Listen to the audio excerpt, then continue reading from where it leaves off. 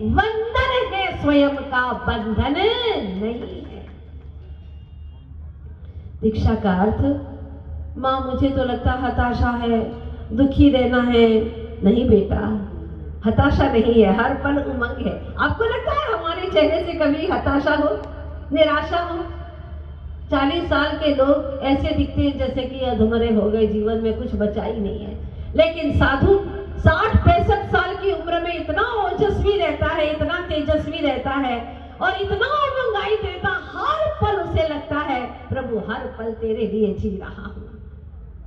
तुम तो विषय भोगियों के लिए जीते हो, विषय भोग के लिए जीते हो। अपनी चेतना से कहो, नहीं प्रभु, आज से मैं भी तेरी भक्ति के लिए जीऊंगा और जितने क्षण तेरी भक्ति के लिए मिल सके मैं अपने आप को खुशनसीब समझूंगा।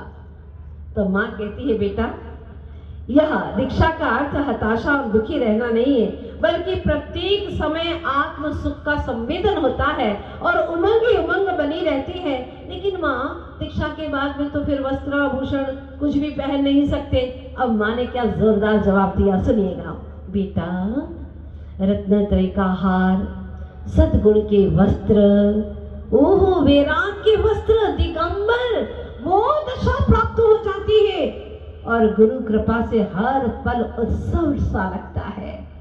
हमारे संग में जितनी भी बहनें आई हैं और जो आना चाह रही हैं, अभी कहती है माता जी चातुर्मास में हमने तो अभी आकर के देखा, ऐसा लगता है कि हर दिन उत्सव है, यहाँ पर हर दिन उत्सव है, हर पल उत्सव है। कितना अच्छा लगता है। कोई सौभाग्यशाली ही मुक्ति के मार्ग पर कदम बढ़ा सकता है, नहीं तो पीछे खींचने वाले लोग तो बहुत मिलेंगे, कहेंगे बहुत कठिन है। जरा सोच लो, समझ लो भैया, ये संयम सुमेरु का भार है, यो कठिन व्रतों का बच्चों का नहीं खिलवाड़ है। समझाते हैं, राह में पैदल चलना,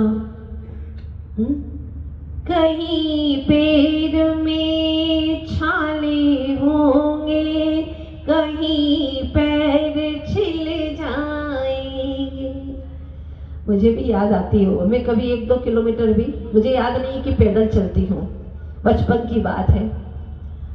कभी पैदल नहीं चला करती थी और दीक्षा का ठान लिया तो सब मुझे यही चिढ़ाते, कैसे चलोगी हजारों किलोमीटर, हाँ?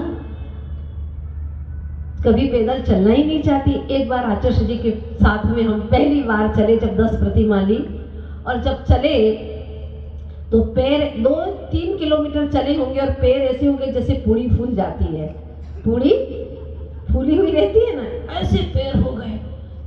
तो हमने कहा, आचार्य जी मुझे तो दीक्षा लेना है और मैं कैसे चल पाऊंगी, आप आशीर्वाद दीजिए आचार्य जी, मुझे आपके साथ भी विहार करना है, पैदल ही विहार करना है।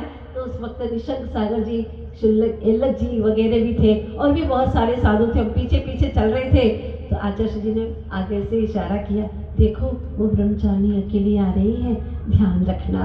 देखो गुरुदेव की दृष्टि देखो और उनकी ये दृष्टि। और जब मैंने आकर के उनके पास में आशीर्वाद मांगा, एक नजर का आशीर्वाद कि शिष्या के जीवन में कमाल हो गया।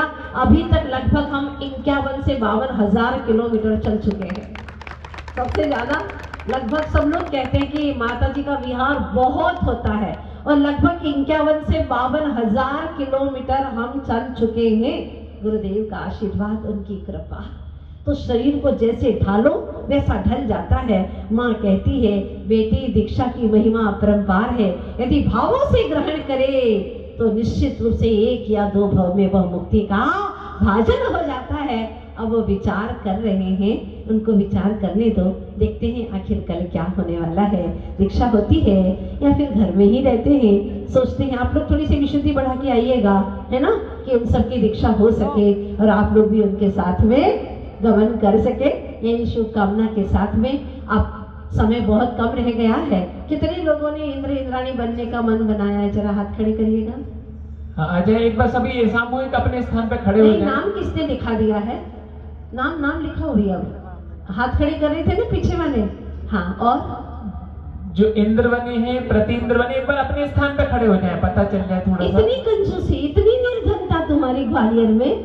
हे भगवान, कितने निर्धन लोग रहते हैं, धर्म से निर्धन। गलत बात है। और किसने नाम लिखा दिया? खड़े हो जाओ। पहले नाम किसने लिखा दिए हैं? इंद्र इंद्र